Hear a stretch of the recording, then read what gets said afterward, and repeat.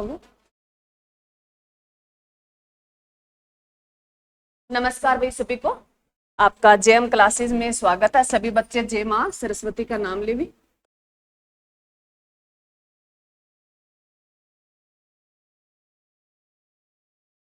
क्या पढ़ रहे हैं अभी हम? आधुनिक भारत।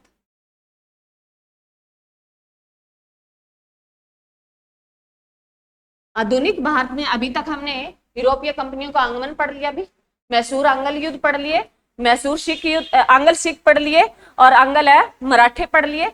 और आज जो हमारा टॉपिक रहेगा वो आधुनिक भारत का आर्थिक इतिहास में।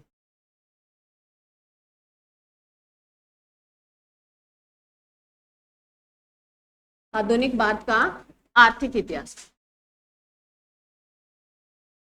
आर्थिक इतिहास से संबंधित मैंने आपको एक क्लास दे दी है भी, उसमें हमने जो जिक्र किया पहले उसको समझे, उसके बाद जो है हम आगे पढ़ेंगे। मैंने तुम्हें तीन जो है बताए भी, स्थायी बंदोबस्त,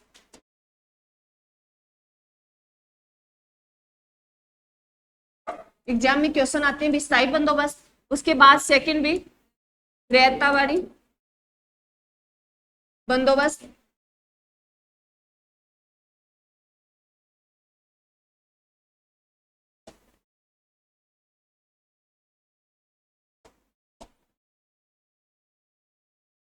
उसके बाद भी महलवाड़ी भी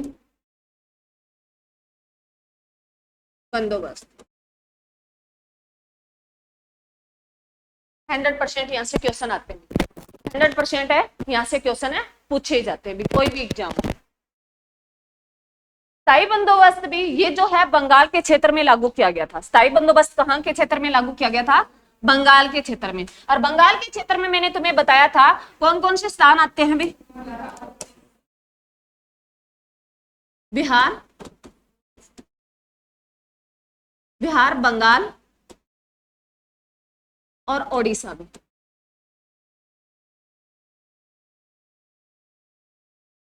बिहार, बंगाल और ओडिशा, जहां क्या लागू किया गया? स्थायी बंदोबस्त। क्या लागू किया गया? स्थायी बंदोबस्त। और स्थायी बंदोबस्त जो लागू किया गया कौन से सन में लागू किया गया था? 1793 में। ये ऐसे क्वेश्चन पूछे जाते हैं। स्थायी बंदोबस्त कब लागू किया गया भारत में? 1793 में लागू किया गया। और इसको लागू करने वाला कौन था भी? कौन था भी? कार्नवालिस। और यही कार्नवालिस जो जिसने क्या किसकी स्थापना की थी भी? किसकी? आईसीएस की, इंडियन सिविल सर्विस की स्थापना की थी। क्लियर है? क्लियर है? और एग्जाम में क्वेश्चन आता है भी स्थायी बंदोबस्त जो है किस क्षेत्र में लागू किया गया? बंगाल भी। बंगाल में अगर पूछे, राज्य पूछ लिए तो बिहार, बंगाल, वेस्ट बंगाल का दिया होता है कई बार, और उसमें ओडिशा भी। तीनों जो है राज्य आते हैं कौन से में? बिहार, बंगाल और ओडिशा भी। और ये कितने परसेंट क्षेत्र पर फैला हुआ था? 19%। ये 19% क्षेत्र पर है, 19% भाग पर ये फैला हुआ था भी, 19%। और क्या था अभी ये? क्या था ये? क्या था स्थायी बंदोबस्त? बताया ना मैंने तुम्हें, बताएं, भूल गए? इसको स्थायी बंदोबस्त को और किस नाम से जानते हैं? जमींदारा बंदोबस्त। ये क्या था भी? एक पूरे गांव का एक जमींदार नियुक्त किया जाता था, जो मुखिया बोलते हैं। और वही जमींदार जो है पूरे गांव से, जो है हम टैक्स कहते हैं, जो राजस्व उगाता था और अंग्रेजों को देता था। वही जमींदार जो क्या करता था पूरे गांव से टैक्स, जो है मान लो आपके ट्रेंड में अगर पूछे तो भी टैक्स, उस टाइम जो है राजस्व होता था भी। लोग जो गेहूं अगर, और वो कितना राजस्व लेते थे? वो 11 भाग उगाता था, 11 भाग, जिसमें 10 भाग तो किसको देता था? ब्रिटेन सरकार को देता था, और एक भाग अपने पास है खुद रखता था। जमींदार है खुद, जो है गांव, पूरे गांव का एक मुखिया भी। क्लियर है? स्थायी बंदोबस्त क्या था? पूरे गांव का एक मुखिया चुना जाता था और वही पूरे गांव से टैक्स उगाता था। और कितना भाग उगाता था? 11 भाग उगाता था, जिसमें 10 भाग जो है ब्रिटेन सरकार को देता था और एक भाग किसको देता था? अपने पास खुद रखता था, जो जमींदार, जो मुखिया होता था। यही करवाया था? अरे हाँ या ना में तो जवाब दो। अब ऐसे लग रहा है बेचारों ने पहली बार बातें सुनी, कुछ तो क्लास में थे। चलो उसके बाद जो सेकंड है भी रेताबाड़ी बंदोबस्त। रेताबाड़ी बंदोबस्त पहले मैं समझा देती हूँ फिर बताती हूँ। रेताबाड़ी बंदोबस्त क्या है, ये सीधे किसानों से, हर एक किसान से लिया जाता था। ये लिख लेना, एग्जाम में पूछा जाता है भी जिम्मेदारी जो बंदोबस्त था वो किस में था, स्थायी बंदोबस्त में था।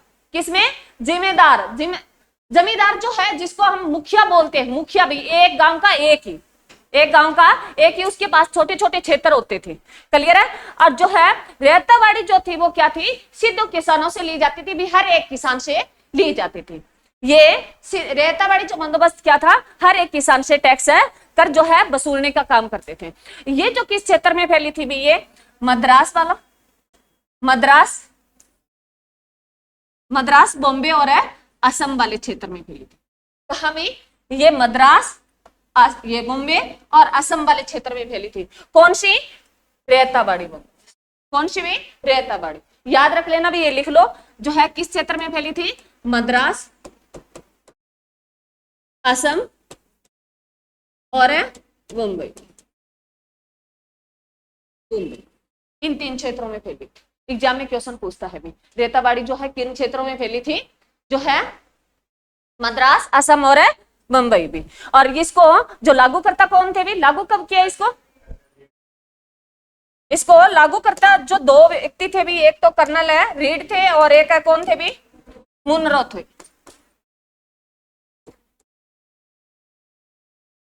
रीड और मुनरो। ये वही मुनरो है जो कौन सा मुनरो बताएं, मुनरो का जिक्र आया ना, कौन सा मुनरो है बता दो। कौन सी लड़ाई जिनका अंग्रेजों की तरफ से इन्होंने नेतृत्व किया था,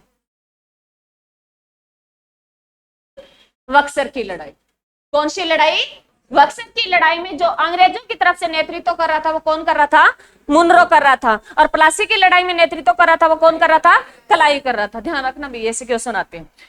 तो जो है कर्नल रीड ने जो लागू किया वो कब किया भी, अब याद रखना, देखो इनको ना ऐसे जैसे मैंने लिखा ना वैसे सीक्वेंस में आप पढ़ना, इससे इजिली याद हो जाएगा। वो लागू कब किया गया, 1793 में, तो उससे एक कम लिख लो, 1792। इसको लागू कब किया गया, 1792 में। उसके बाद जो है, इसके बाद जो आता है मुनरो, इसे 1820 में दोबारा पुनः लागू करता है, इसको और बढ़ाने का काम करता है। ये जो है 2/3 था पहले, किसानों से 2/3 भाग लिया जाता था। उसके बाद इसको क्या कर दिया था, 1/2 कर दिया था। ये किन से, किसानों से सीधा लिया जाता था। क्लियर है, यहां तक क्लियर है अभी। उसके बाद जो आता है अभी महालवाड़ी बंदोबस्त, क्या आता है, महालवाड़ी बंदोबस्त। महालवाड़ी जो बंदोबस्त है ये क्या है, महाल से याद रख लेना भी, महाल जो पहला नाम महाल क्या होता है भी, गांव। क्या होता है भी, गांव। महाल क्या होता है, गांव भी। ये लागू किया गया था, ये लगभग जो है उत्तर भारत में लागू किया गया था। ये लगभग है कहां लागू किया गया था, उत्तर भारत में लागू किया गया। उत्तर भारत में पंजाब वाला क्षेत्र, मध्य प्रांत और कौन सा भी, पश्चिमी यूपी भी। पश्चिम जो है यूपी का भाग भी पश्चिमी, मध्य प्रांत वाला पूरा क्षेत्र था और इसमें पश्चिमी यूपी। ये ऐसे पूछता है भी, लिख लो, पंजाब, मध्य प्रांत,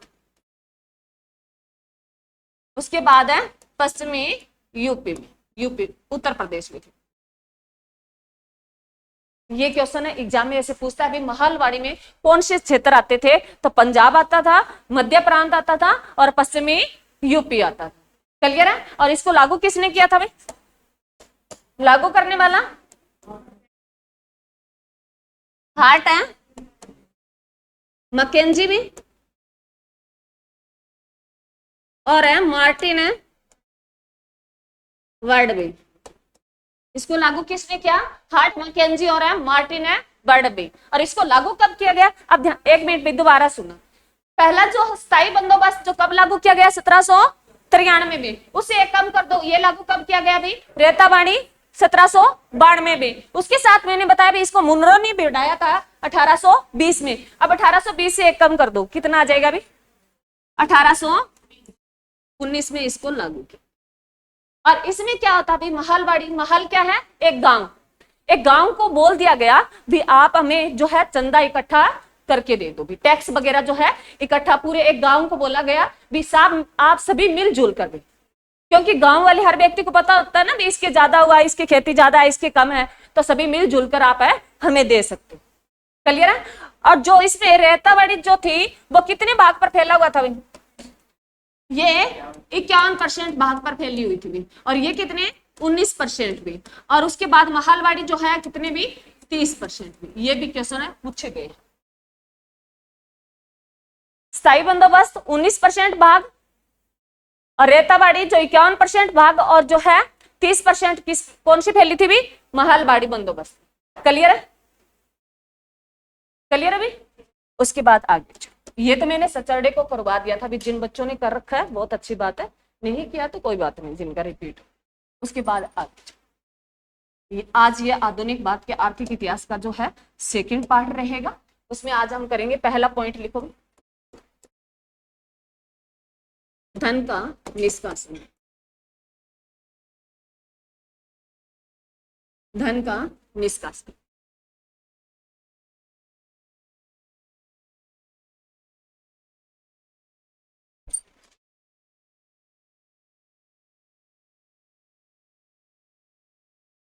धन का जो निष्कासन सिद्धांत अभी किसने दिया बच्चे बता सकते हो? तुम्हें मैंने बताया हुआ है, जिसको क्या बोलते हैं, ड्रेन थ्योरी। क्या बोलते हैं, एक मिनट,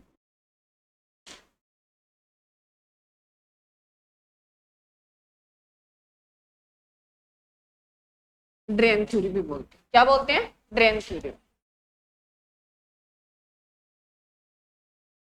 करवाया हुआ है मैंने।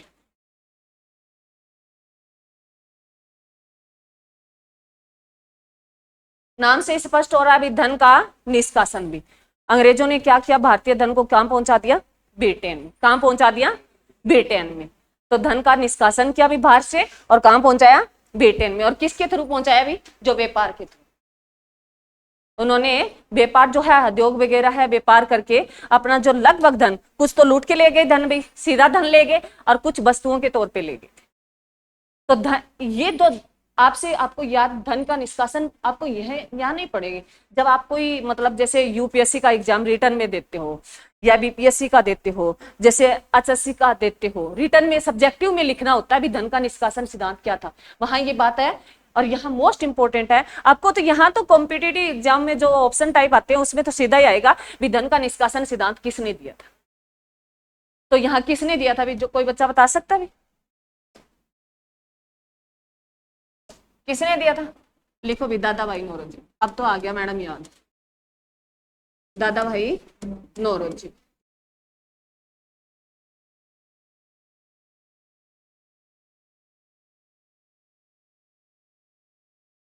दादा भाई नौरोजी,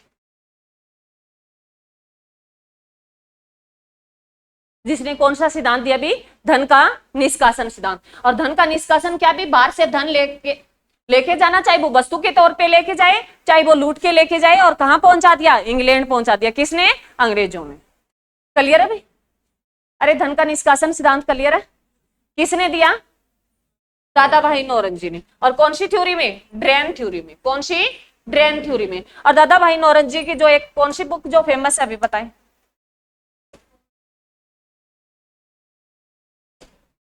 लिखो। दादा भाई नौरोजी तो सेकंड बुक है, द पॉवर्टी भी,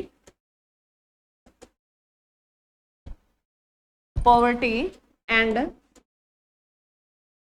द अन ब्रिटिश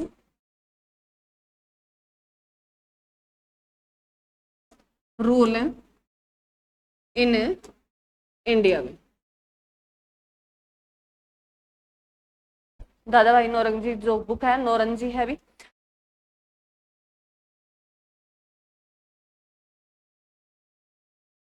इससे कर लो। कहां से, अच्छा,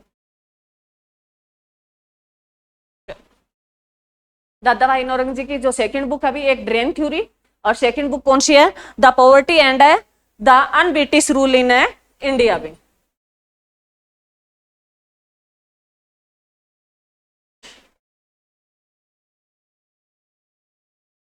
क्लियर भी?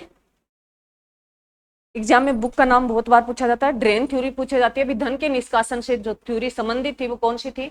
एक तो कौन सी थी? ड्रेन थ्योरी थी, एक poverty and un-British rule in India भी जो है इस थ्योरी से क्लियर हो रहा है भी अनब्रिटिश रूल,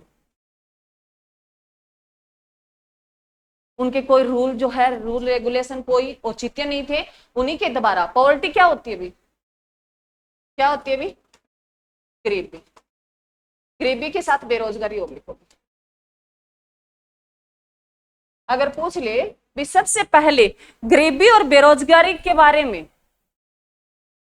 भारत में कितनी गरीबी है कितनी बेरोजगारी है, इसका सबसे पहले जो आंकड़े जारी किए थे वो किसने किए थे? दादा भाई नौरंगी ने किए थे। ये एग्जाम में क्वेश्चन आ चुका है। गरीबी और बेरोजगारी से संबंधित सबसे पहले जो डाटा जारी किया था, जो आंकड़े जारी किया था वो किसने किया था? दादा भाई नौरंगी ने। और जो है ये अगर पूछे भी जो गरीबी और बेरोजगारी से संबंधित अब जो डाटा जो जारी करता है कौन सी संस्था जारी करती है? कौन सी करती है भी? एक आता भी एनएसएसओ। कौन सा भी? एनएसएसओ। कौन जारी? अब वर्तमान में जो करती है वो कौन सी करती है भी?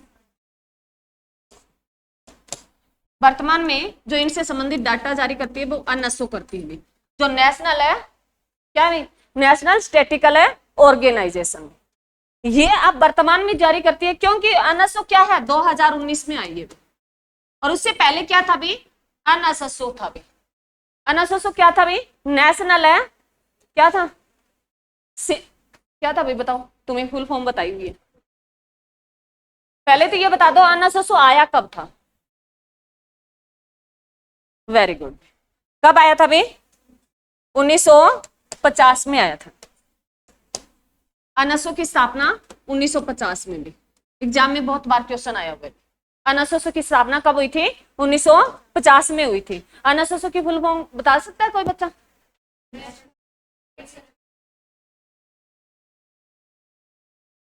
नेशनल है सैंपल सर्वे ऑफिस भी। क्या है? नेशनल सैंपल सर्वे ऑफिस भी। और इसकी स्थापना एग्जाम में एनएसएसओ देता है भी। अगर तुम्हें, मैं दोबारा रिपीट कर रही हूँ, ये मैंने इकोनॉमिक्स में बता ही दिया था बच्चों को भी, जो गरीबी और बेरोजगारी से संबंधित वर्तमान में पूछ ले, एनएसओ अगर ऑप्शन में ना दिया हो क्योंकि ये 2019 में आया है, उसकी जगह आपको क्या देगा? वो एनएसएसओ देगा। जो एनएसओ किनको मर्ज करके बनाया गया है भी? ये एनएसओ और सीएसओ भी, इन दोनों को मर्ज करके क्या बना दिया गया भी? एनएसओ बना दिया गया है। सीएसओ है वो क्या जारी करता है भी? राष्ट्रीय आय से संबंधित डाटा जारी करता है। राष्ट्रीय आय से संबंधित नेशनल इनकम जो है उनको जारी करता है वो कौन करता है भी? सीएसओ करता है। एग्जाम में बहुत बार आया है। सेंट्रल है क्या है इसकी फुल फॉर्म? सेंट्रल है स्टैटिस्टिकल ऑर्गेनाइजेशन या ऑफिस में। क्लियर है? और इन सभी का हेडक्वार्टर पूछे तो नई दिल्ली में, इन सभी का चाहे एनएसओ का पूछ ले, एनएसएसओ का पूछ ले या सीएसओ का पूछ ले, इनका हेडक्वार्टर पूछ ले तो कहां है भी? नई दिल्ली में।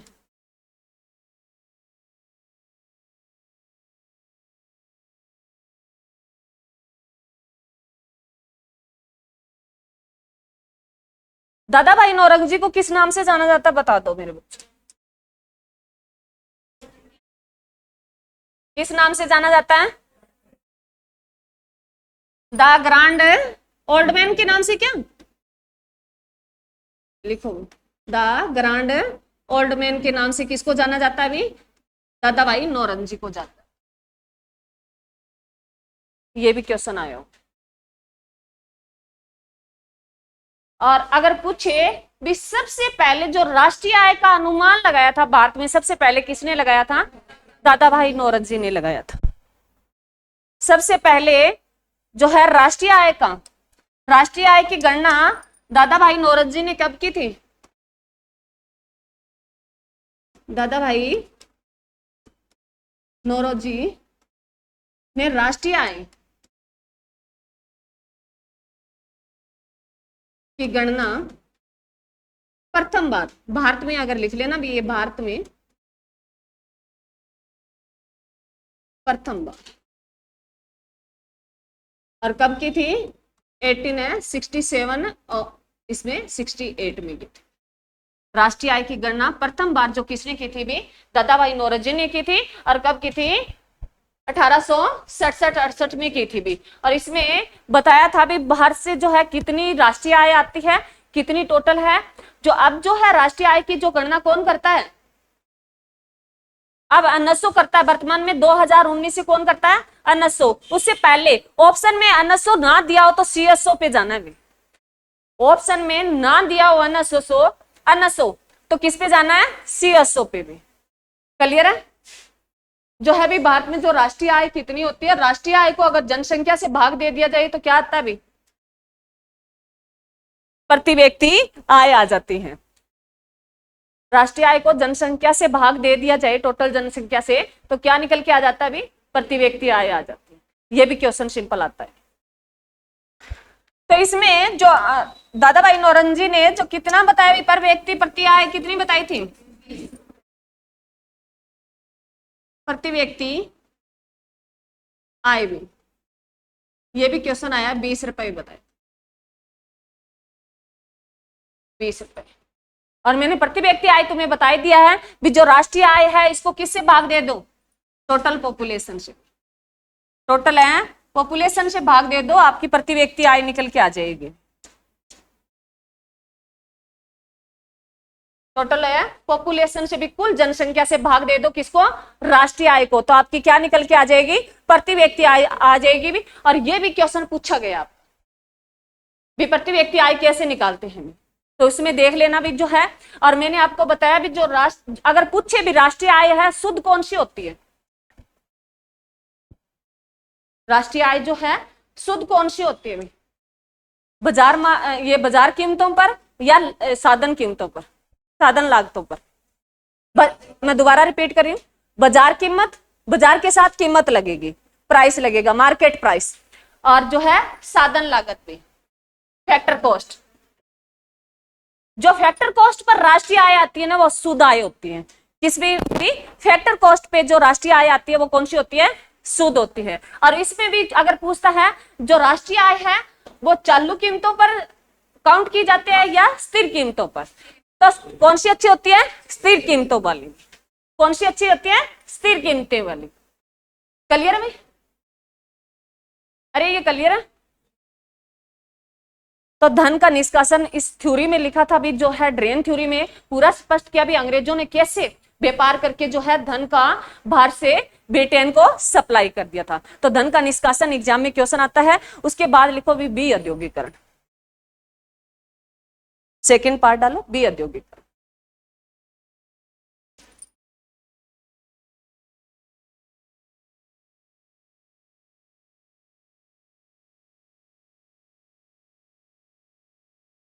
बी औद्योगिक।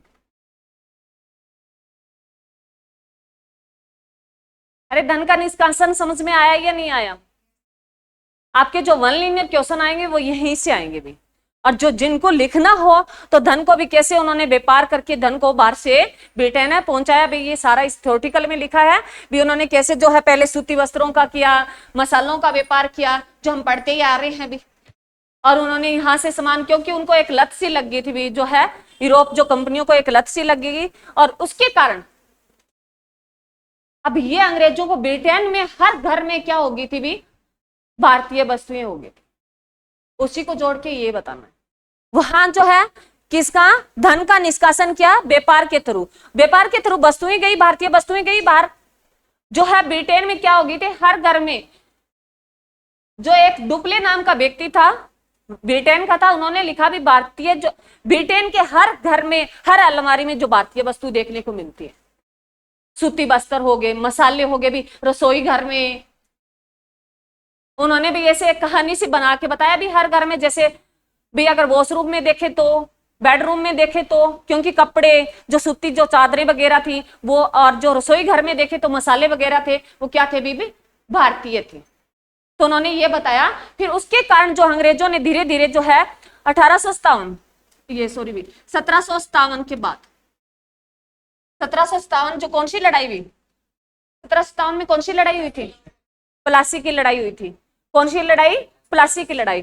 प्लासी की लड़ाई के बाद जो है उन्होंने बक्सर की लड़ाई, मैंने बताया भी पहला कदम जो है बंगाल का क्षेत्र जो 1717 में पढ़ते हैं हम, जो मेघना कार्टा बोला जाता है, जिसको शाही फरमान जारी किया था, किसने किया था? क्रुक्सयार ने किया था। उसके बाद इतना वो नहीं कर पाए थे, परंतु 1757 की क्रांति के बाद, जो प्लासी की लड़ाई के बाद उन्होंने अपना जो है औद्योगिकरण है पूरे तरीके से, और बक्सर की लड़ाई के बाद उन्होंने अपना पूरा कदम है बंगाल के क्षेत्र में जमा लिया था। उसी के कारण जो है, पहले तो ये समझो भी औद्योगिकरण क्या होता है। भी औद्योगिकरण लिखना चाहो तो लिख लो भी, ये समझने के लिए। भी औद्योगिकरण भी पुराने उद्योगों का, पुराने उद्योगों का पतन हो जाना और नए उद्योग स्थापित ना हो पाना, ना हो पाना। पुराने उद्योग जो है भारतीय उद्योग थे, उनके धीरे धीरे क्या हो जाना भी, पतन हो जाना, और जो नए उद्योग है स्थापित है ना हो जाना। क्योंकि आपको पता है भी उसके बाद जो अंग्रेजों ने क्या कर दिया, पहले तो सूती बस्तर हमारा जो है हमेशा भारत एक सोने की चिड़िया रहा था। फिर अंग्रेजों ने क्या किया, हमारे सूती वस्त्र और मसाले बहुत फेमस थे पूरे भारत में, और बाहर जो है किसी के साथ कोई, क्योंकि यहाँ सारी वस्तुएं उनको जो है चाहिए थी वो मिल जाती थी आसानी से। उसके बाद जो अंग्रेजों ने क्या किया, यहां से कच्चा माल ले, यहां से क्या लिया, कच्चा माल जो है कहां सप्लाई कर दिया, ब्रिटेन सप्लाई कर दिया। कच्चा माल ब्रिटेन सप्लाई कर दिया, और उसको कच्चे माल को तैयार माल में बदलकर वहां औद्योगिकरण, आप पढ़ते हो ना भी, सबसे पहले औद्योगिकरण किस देश का हुआ था? अरे औद्योगिकरण से क्वेश्चन आता है भी, औद्योगिकरण सबसे ज्यादा कहां, सबसे पहले कहां हुआ था? इंग्लैंड में हुआ था भी, ये भी क्वेश्चन लिख लेना। औद्योगिकरण,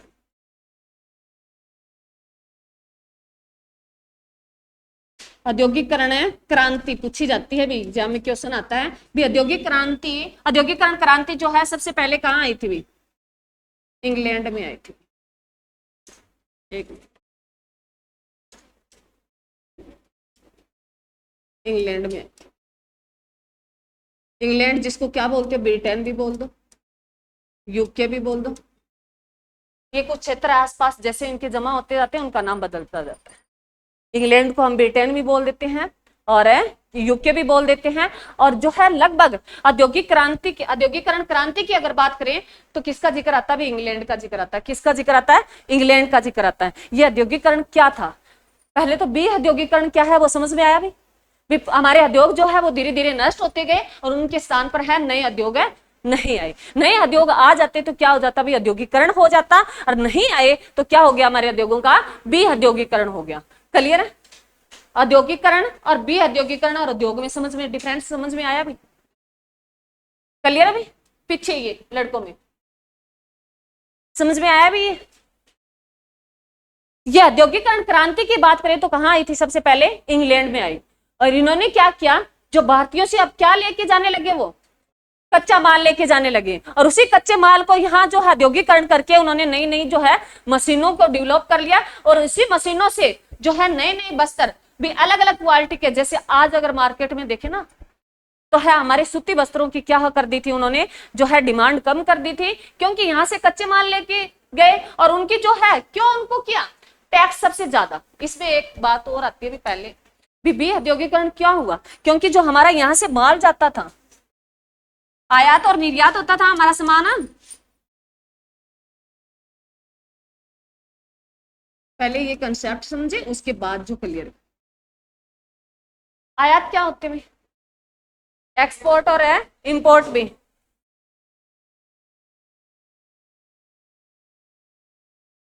निर्यात आयात बोलते हो या आयात निर्यात बोलते हो? क्या है ये? एक्सपोर्ट है भी?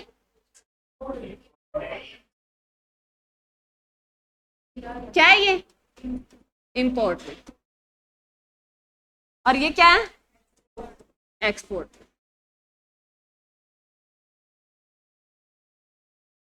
अनीता बोलना नहीं चाहिए क्लास में, फिर भी इंग्लिश से एमए कर रखी है। आयात और निर्यात भी, इंपोर्ट और एक्सपोर्ट। एक एक्सिम बैंक है भी, एक है क्या है, एक्सिम बैंक है। पहले उस एक्सिम बैंक का नाम बता दो।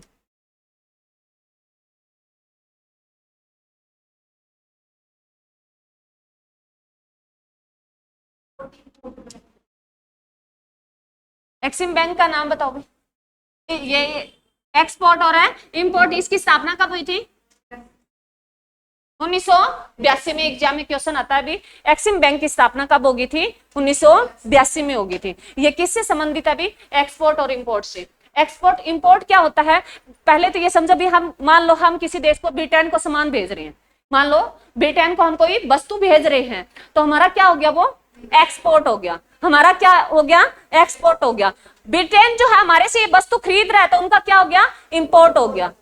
एक ही बात से समझ लो भी, हमारा जो सामान, हमारी कोई वस्तु है, हम किसी देश को भेज रहे हैं, ब्रिटेन ले लेते हैं, हम ब्रिटेन का जिक्र कर रहे हैं, तो ब्रिटेन हमारे सूती वस्त्र जाते थे, तो हम क्या करते थे? एक्सपोर्ट करते थे। सूती वस्त्रों को क्या करते थे? एक्सपोर्ट करते थे। सामान भेजना में, जिस बच्चे को समझ में ना आए वो लिख लेना, सामान है भेजना पे।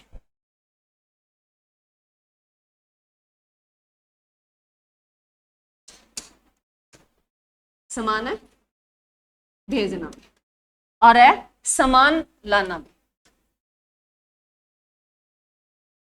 ऐसे याद रख लेना, क्योंकि कई बच्चों को ये समझ में नहीं आता, तो ध्यान रखना। सामान भेजना है किसी देश को, तो वो क्या होता है? एक्सपोर्ट होता है। क्या होता है? एक्सपोर्ट होता है, निर्यात होता है। और सामान लेना, उसी सामान को तो आगे कोई खरीद रहा है, ब्रिटेन में खरीद रहा है, तो ब्रिटेन का क्या हो गया? वो इंपोर्ट हो गया। ब्रिटेन का क्या हो गया? इंपोर्ट हो गया। क्लियर है भाई? अरे क्लियर है या नहीं? अब जो है बी औद्योगिकरण कैसे हुआ, जो हमारा ये सामान जाता था, निर्यात होता था, एक्सपोर्ट होता था, उस पे क्या किया ब्रिटेन सरकार ने? क्या लगा दिया भी? टैक्स लगा दिया। उस पे क्या लगा दिया? टैक्स लगा दिया। और टैक्स कैसे भी?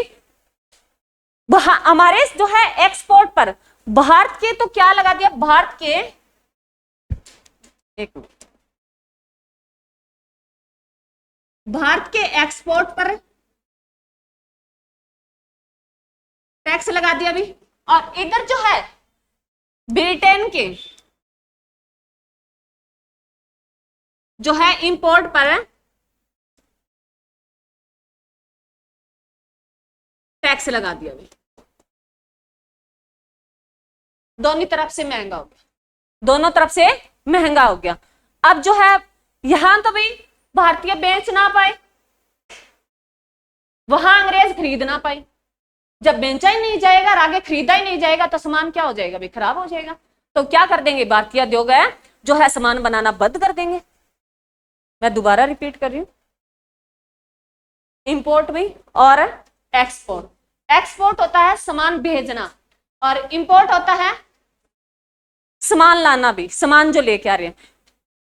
बाहर सामान बेचता था, एक्सपोर्ट करता था, उसी सामान पर क्या कर दिया अंग्रेजों ने? क्योंकि हम अंग्रेजों के शासन में थे, तो अंग्रेजों ने क्या कर दिया? भारतीय एक्सपोर्ट पर टैक्स है बढ़ा दिया, टैक्स है बढ़ा दिया। और इधर क्या कर दिया? ब्रिटेन जो सामान खरीदता उस पे टैक्स बढ़ा दिया, दोनों तरफ बढ़ा दिया। तो बस टैक्स बढ़ा दिया तो क्या हो गया? सामान महंगा हो गया। उधर ब्रिटेन खरीद नहीं पाता, इधर भारतीय बेच नहीं पाते। क्योंकि अगर मान लो मैं भारतीय जैसे कोई सामान भेज रही हूँ, मेरे पे टैक्स सरकार मेरे से ज्यादा वसूले, तो मैं ये सोचती हूँ इतना तो माल ही नहीं है यार, टैक्स इतना देना पड़ रहा है इस सामान के लिए, तो इतना मेरे पास सामान ही नहीं है, तो मैं क्यों बेचूं? और वहां जो है मान लो कोई ज्यादा धनवान लोग थे, धनवान, वो अगर सामान भेज भी देते, तो उधर जो है सामान खरीद रही थी जो कंपनियां ब्रिटेन की, उनपे क्या बढ़ा दिया? टैक्स बढ़ा दिया। टैक्स बढ़ाने से क्या हो जाती है? वस्तु महंगी हो जाती है, और वस्तु महंगी हो जाती है तो लोग खरीदते नहीं है। उसके बाद जो है दोनों तरफ टैक्स बढ़ाए गए, और हमारा भारतीय सामान जो है क्या हो गया? नष्ट हो गया। इससे हमारे उद्योग क्या हो गए? असफल रहे, और हमारे उद्योगों का क्या हो गया? पतन हो गया। इसी के बीच उन्होंने क्या कर दिया? कच्चे माल जो था उस पर उन्होंने टैक्स फ्री कर दिया, और वो कच्चा माल बाहर ब्रिटेन जाता, और उसका तैयार माल बनकर उन्होंने औद्योगिकरण कर लिया। औद्योगिक क्रांति सबसे पहले इंग्लैंड में आई, और उसी औद्योगिक क्रांति में उन्होंने क्या किया भी? जो है औद्योगिकरण को बढ़ावा दिया, और मशीनें आ गई, और मशीनों से कपड़ा बनने लगा। हाथ से बनने में टाइम लगता था, अरे हाथ से बनने में टाइम लगता है कपड़े को, और मशीनों से बनने में कम टाइम लगता है, तो तेजी से उनका कपड़ा मार्केट में सप्लाई हो गया। ब्रिटेन लोगों का कपड़ा जो था मार्केट में तेजी से सप्लाई हो गया, और लोगों के पास सस्ता, तेजी से आया और सस्ता आया। भारतीय कपड़ा था उससे सस्ता आया और तेजी से आया, और अलग अलग ब्रांड मिले भी, अलग अलग। जैसे आज अगर आप देखो कपड़े का कोई मोल नहीं है भी, अलग प्रिंट में, क्वालिटी अलग, और वो कपड़ा इतनी तेजी से फैला तो भारतीय मार्केट का क्या हो गई थी, विफल रही भारतीय मार्केट। और भारतीय जो उद्योगों के क्या हो गया था, विहद्योगीकरण हो गया था। तो आपको समझ में आया भी, आयात और निर्यात इनसे संबंधित क्वेश्चन आते हैं। और विहद्योगीकरण क्या हुआ भी, उद्योगों का, भारतीय उद्योगों का क्या हो जाना, पतन हो जाना, और उसके स्थान पर नए उद्योग है ना आना। क्लियर है भाई? अरे क्लियर है या नहीं है? उसके बाद जो है एक क्वेश्चन और है भी, एक करंट का क्वेश्चन है, लिख लो साथ। 4 जुलाई में, 4 जुलाई को जो है यूएसए अपना कौन सा डे मनाता है भी, स्वतंत्रता दिवस बनाता है। और ये यूएसए किसके अंडर में रहा है भी, ये भी ब्रिटेन के अधिकार में रहा है। ब्रिटेन ने किस पे राज किया भी, यूएसए पे भी राज किया है। ये 4 जुलाई जो है 1778 को आजाद हो गया। कौन भी, यूएसए, ब्रिटेन के राज से।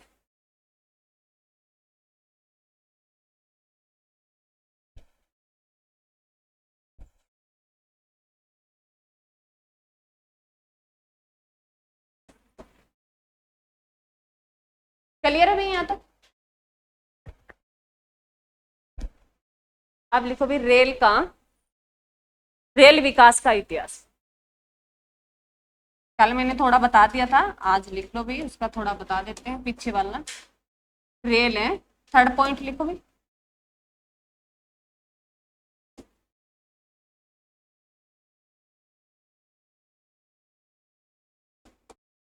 का इतिहास,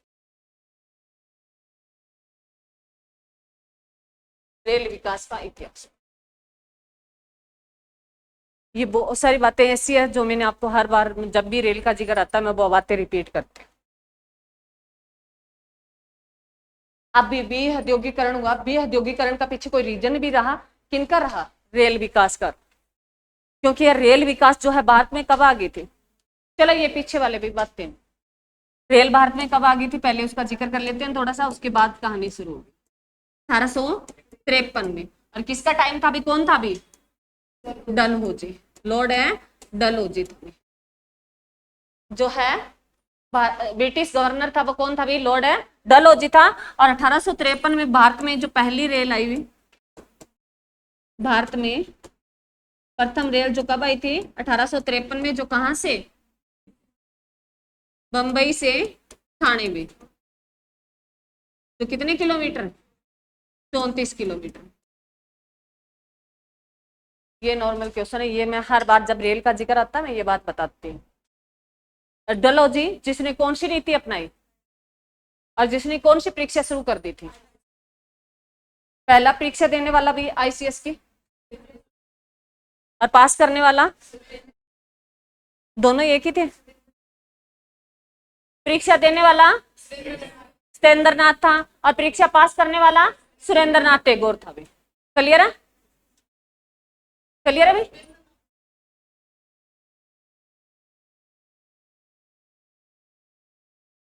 परीक्षा दी वो सत्येंद्र नाथ ने दी थी। अरे रुको, मेरे को बोलने दो, मैं दोबारा रिपीट कर रही हूँ। परीक्षा जो दी थी, किसकी परीक्षा,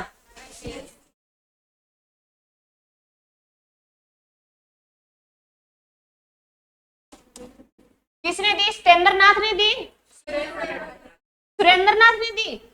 अच्छा, और परीक्षा पास किसने की, सत्येंद्र नाथ टैगोर ने की थी भी। क्लियर है, सही है। ये सुरेंद्र नाथ ने परीक्षा दी, याद रखना भी, मेरी तरह कंफ्यूज मत होना। सत्येंद्र नाथ टैगोर ने परीक्षा पास की थी। क्लियर है? और ये भारत में कब लागू हो गई थी परीक्षा, 1923 में हो गई थी, जो कहां भी, इलाहाबाद और दिल्ली। बच्चे एडवांस है मेरे से, मैंने इलाहाबाद और दिल्ली बोलना चाहा तो बच्चे कहते प्रयागराज। अरे इलाहाबाद का नाम ही बदला गया, प्रयागराज है। चल, मेरे सिखाए मेरे को बोल रहे हैं, है ना। चलो ठीक है, आप देखो भाई, इसी से आपकी कहानी क्लियर होती है।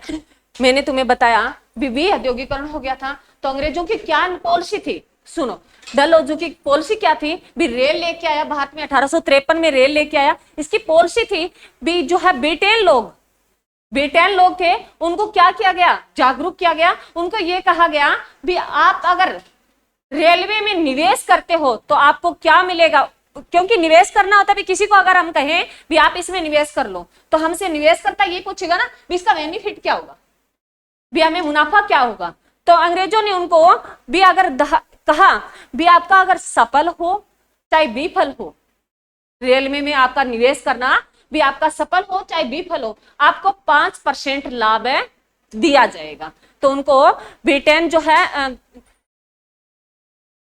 जो लोग जो यहाँ हमारे पर राज कर रहे थे, उन्होंने निवेशकर्ताओं को कितना % लाभ का बोला भी, 5%। लिखो भी, ये लाइन लिख लो, एग्जाम में क्वेश्चन आया।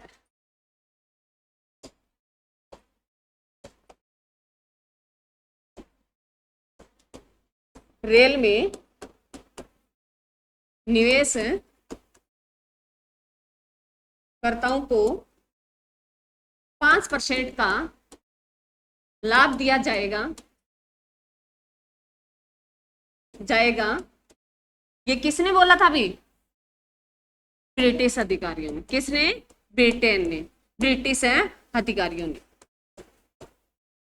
इसका कारण क्या था, इसका कारण था बीसी रेल निवेश को बढ़ाया जाए, क्योंकि अरे सरकार के पास पैसे नहीं होते, सरकार किनसे लेती है, जनता से लेती है। ये मैंने तुम्हें बताया था भी, जो है वो कंपनियों को आजादी देती है भी आप अपना इन्वेस्टमेंट करें, और इन्वेस्टमेंट करते हैं उसका बेनिफिट कितना दिया जाएगा, आपको 5% का लाभ दिया जाएगा।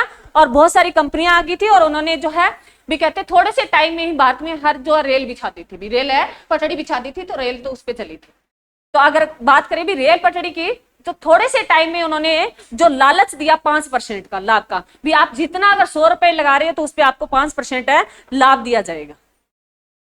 चाहे आपकी वो, मैंने दोनों ही बता दी, चाहे वो सफल रहे चाहे विफल रहे, आपको क्या मिलेगा, बेनिफिट मिलेगा आपने जो निवेश किया है उसका। और ये धीरे धीरे कम होता गया भी। और उनका जो अंग्रेजों की क्या पॉलिसी थी, अंग्रेजों की पॉलिसी थी भी, डलहौजी ने ये जो है घोषणा की थी और इनकी ये पॉलिसी थी। डलहौजी कौन है, कौन है भी, क्या है ये, भारतीय जो है ब्रिटिश, जो अंग्रेज जो ब्रिटिश है लोग राज कर रहे थे, इसमें गवर्नर कौन था उस टाइम में, डलहौजी था 1853 में। इन्होंने कहा भी कोई चाहे ब्रिटेन का हो चाहे वो भारतीय हो, अगर कोई इन्वेस्टमेंट करता है, इनका रीजन क्या था उसके पीछे, रीजन ये था भाई ये काम कंप्लीट है जल्दी हो जाए, और ताकि व्यापार अधिक से अधिक किया जा सके। और व्यापार इसका मुद्दा क्या था भी, जो कच्चा माल है वो ब्रिटेन है जो है इजिली सप्लाई हो जाए, क्योंकि इसका खर्चा कम होता है, अरे रेल का खर्चा कम होता है इसीलिए। परंतु ये जो है किसके कारण, ये जो रेल जो महत्व रखा इन्होंने, एक तो रखा, लिखो भी, रेल का जो महत्व रहा,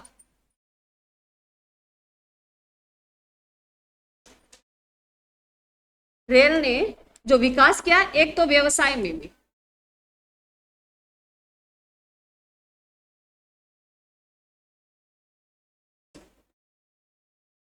व्यवसाय में, और सबसे ज्यादा इन्होंने सेना में भी, सैन्य लिख लो या सेना लिख लो, भी सेना को बढ़ावा दिया। देखो अंग्रेजी सरकार की मान लो अलग अलग जो दंगे होते थे भारत में,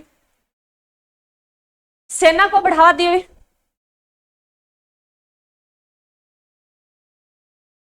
क्रांतिकारी थे वो अलग अलग दंगे करते थे, तो जो है अंग्रेज अधिकारी पहुंच नहीं पाते थे भी उस स्थान पे। तो इससे रेल की पटड़ी बिछने से क्या हो गया भी, जो है अंग्रेज अधिकारी तुरंत पहुंच जाते थे भी उस स्थान पे। तो उनको सैन्य जो है उनकी सेनाओं में भी एक दूसरे स्थान पर पहुंचने में भी उनकी सुविधा मिल गई थी, और व्यवसाय में तो मिल ही गई थी भी, जो है कच्चा माल जो सप्लाई होता था ब्रिटेन, और ब्रिटेन से तैयार माल जो है बाहर सप्लाई होता था। इससे भी औद्योगिकरण, और जो है 5% का लालच क्या था भी, निवेश करता जो है जल्दी से जो है भारत में रेल पटड़ी बिछाई जाए, ताकि जो है हमारे लिए ये सुविधा हो जाए, और ये जो भारतीयों के लिए भी अच्छी रही थी।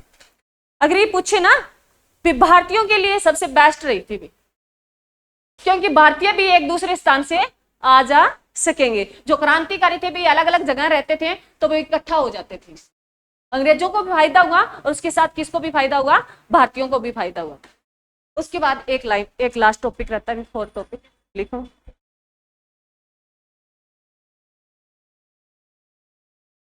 लिखो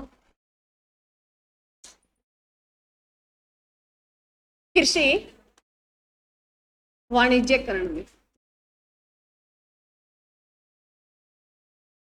लास्ट टॉपिक रहता है कृषि वाणिज्यकरण।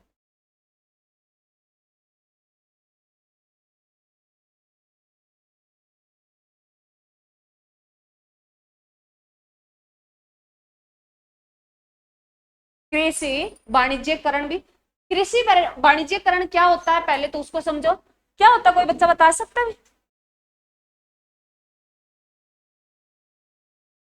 भारतीय कृषि, जो भारतीय देश कैसा था भी, कृषि प्रधान देश था। तो जो है अंग्रेजों की पॉलिसी थी भी वाणिज्यकरण किया जाए, वो वस्तुएं उगाई जाए भारतीय कृषि में जो क्या कच्चे माल के रूप में काम करे। तो उसमें जो भारतीय उद्योगों के, जो ब्रिटेन उद्योगों के लिए अच्छी हो, भारत में वह जो है फसलें उगाई जाए कृषि में जो किन के लिए अच्छी हो, औद्योगिकरण के लिए। तो कृषि का क्या कर दिया गया, वाणिज्यकरण कर दिया गया। उद्योगों के लिए वो वस्तुएं उगाई जाए जो उद्योगों के लिए कच्चे माल के रूप में प्रयोग करते हैं ब्रिटेन, जो वो वस्तुएं, उसमें सबसे ज्यादा कौन सी थी भी, कपास थी, जूट था भी, और नील की खेती भी।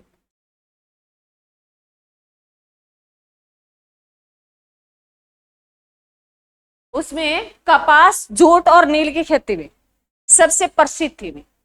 कपास भी सबसे ज्यादा, कपास अगर भारत में पूछे कहाँ होती है भी, और दूसरा अगर पूछ ले स्थान तो,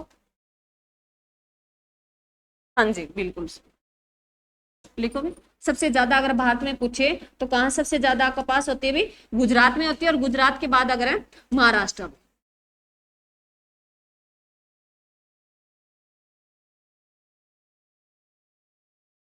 और जो है यहाँ हमारे तो, जैसे कपास भी हरियाणा में भी तो होती है, परंतु हमारे यहाँ जब कपास लगा दी जाती है तो जैसे पकने के बाद हम कपास को चुन लेते हैं, उसको काट देते हैं ना, लकड़ी वगैरह यूज कर लेते हैं। यहाँ जो गुजरात में कपास होती है ना, ये वही रहती है भी, कटने के बाद फिर दोबारा यही फूट के हो जाती है भी, ये 2-2 3-3 साल तक यही फसलें चलती है यहाँ।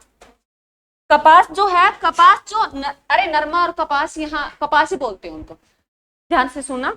हमारे जो है यहाँ हरियाणा पंजाब में क्या होती है, हम कपास लगाते हैं, हम भी तो लगाते हैं, परंतु हम कपास चुनने के बाद एक बार है तो उन लकड़ियों को काट देते हैं, उसके बाद जो है बुआई करके दूसरी फसल बो देते हैं ना। यहाँ वो काटते नहीं है, जैसे गन्ना होता है वैसे यहाँ कपास ली जाती है भी, गुजरात में, महाराष्ट्र के कुछ क्षेत्र में। क्लियर भी। उसके बाद जूट पूछे भी, मैंने क्या लिख दिया, ये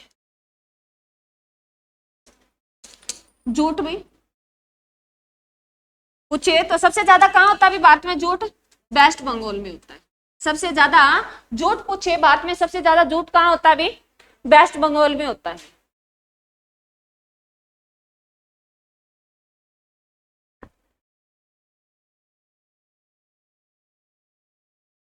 उसके बाद नील, नील क्या होती थी भी, कोई बच्चा बता सकता है?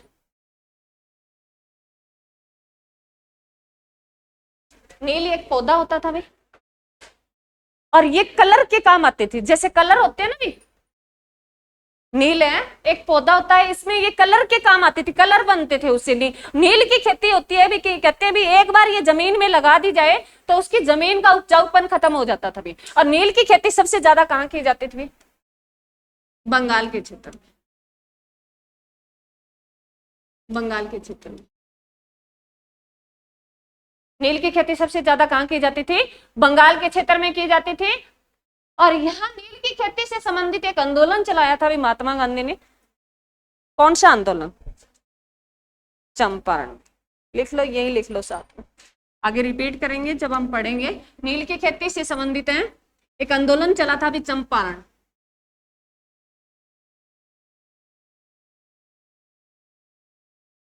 कोई बच्चा बता सकता है भी कब चला ये, 1917 में चलाया था। नील की खेती से संबंधित एक आंदोलन चला था, चंपारण आंदोलन चला था।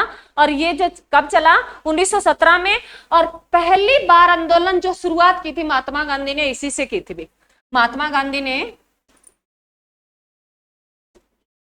भाई अगर पूछे महात्मा गांधी का पहला आंदोलन जो कौन सा था भाई, चंपारण आंदोलन था।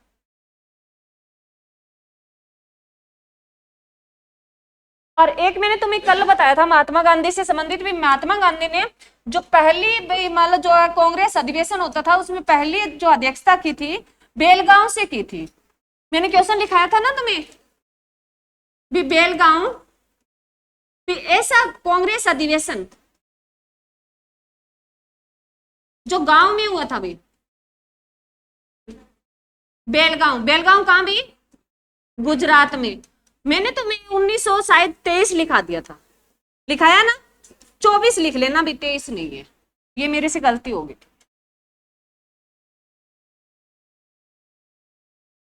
24 कर लेना भाई, मैंने शायद तुम्हें 1923 मेरी याद है 1923 करवा दिया था, 1924 कर लेना भी, 1924 में की थी।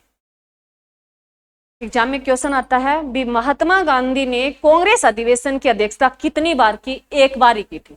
कितनी बार की थी कांग्रेस अधिवेशन की अध्यक्षता, महात्मा गांधी ने एक बार ही की थी।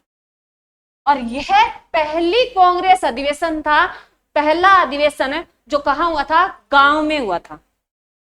जो कहां, बेलगांव में। बेलगांव कहां पड़ता है, गुजरात में। और ये कब हुआ, 1924 में।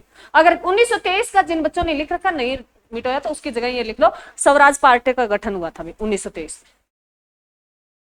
हाँ जी, 1923 में जो स्वराज पार्टी है उसका गठन किया गया था, जो मोतीलाल नेहरू, जो जवाहरलाल नेहरू के पिताजी थे, और CR चित्तरंजन दास थे, एक और मोतीलाल नेहरू और एक और उनके साथ जो थे चित्तरंजन दास थे। जो क्वेश्चन आता ही है अभी, 1923 में स्वराज पार्टी की स्थापना हुई। मैं लिख देती हूँ जिन बच्चों ने, क्या हो गया, क्या हो रहा है, 1923 में स्वराज पार्टी की स्थापना,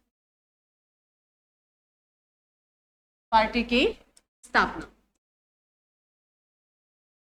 और ये किसने की थी भी, मोतीलाल नेहरू और चित्तरंजन दास भी।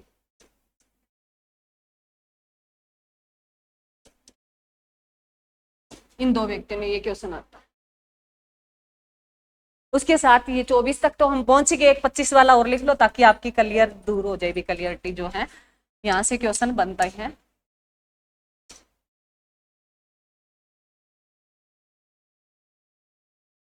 देख जाएगा 1925 वाला भी, 1925 का कांग्रेस अधिवेशन हुआ था, वो कहां हुआ था भी,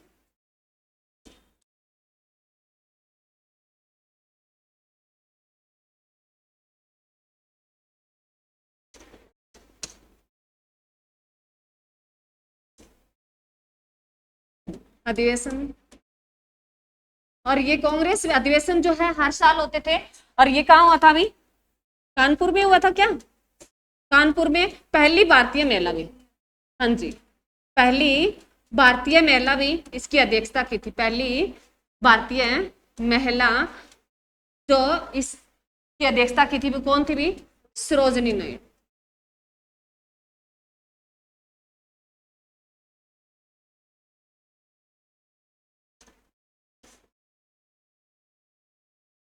नायडू थी, नायडू थी, डै पे लगा लेना मेरे, सरोजिनी नायडू थी।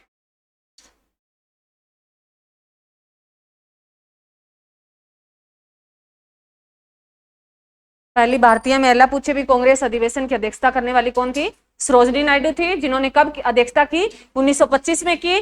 और जो है कहां हुआ था, कानपुर में हुआ था। और पहली सीधी महिला पूछ ले भी कांग्रेस अधिवेशन की जो कौन थी, एनी बेसेंट थी, जो 1917 में की थी। जो 1917 में कांग्रेस अधिवेशन हुआ, यही लिख लो जो मैंने तारीख लिखी थी। और 1917 में कौन सा आंदोलन हुआ था भाई, चंपारण आंदोलन हुआ था 1917 का कांग्रेस अधिवेशन में। अधिवेशन की अध्यक्षता करने वाली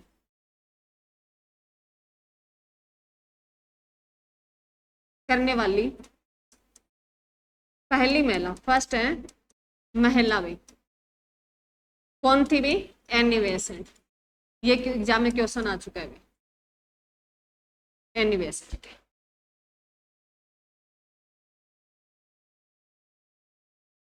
और कांग्रेस की शुरुआत जो 1885 में होगी थी, वो कभी जिक्र करेंगे, आगे आएगा तब करेंगे। ये तो चलो कंटिन्यू चला तब बता दिए। क्लियर है? हमने लास्ट पॉइंट क्या पढ़ा था भाई? कृषि वाणिज्यकरण। कृषि वाणिज्यकरण से समझ में आया भी तुम्हें? इन्होंने उस खेती को बढ़ावा दिया जो उद्योगों से संबंधित, जो कच्चे माल के रूप में ब्रिटेन में जो प्रयोग की जाती थी, उन्हीं खेती को बढ़ावा दिया।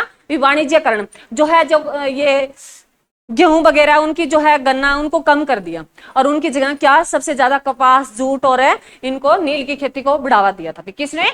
ब्रिटिश सरकार ने। क्लियर है? अरे कृषि वाणिज्यकरण समझ में आया? भी जो है वह खेती की जाए जो औद्योगिकरण में काम आए। क्लियर है? और उसमें जो है कपास सबसे ज्यादा अगर भारत में पूछे कहाँ होती है? गुजरात और महाराष्ट्र में। और जूट पूछे तो वेस्ट बंगाल में। और जो है नील की खेती कौन से क्षेत्र में? बंगाल के क्षेत्र में। और नील की खेती से संबंधित जो कौन सा आंदोलन चलाया गया? चंपारण आंदोलन चलाया गया। और चंपारण आंदोलन जो कब चलाया गया भी? 1917 में। और ये महात्मा गांधी का पहला आंदोलन था भी। और महात्मा गांधी जो भारत कब आ गए थे बता दो? 9 जनवरी 1915 या 16? 15 में आ गए थे। 9 जनवरी को कौन सा डे मनाते हैं? प्रवासी दिवस के। Thank you.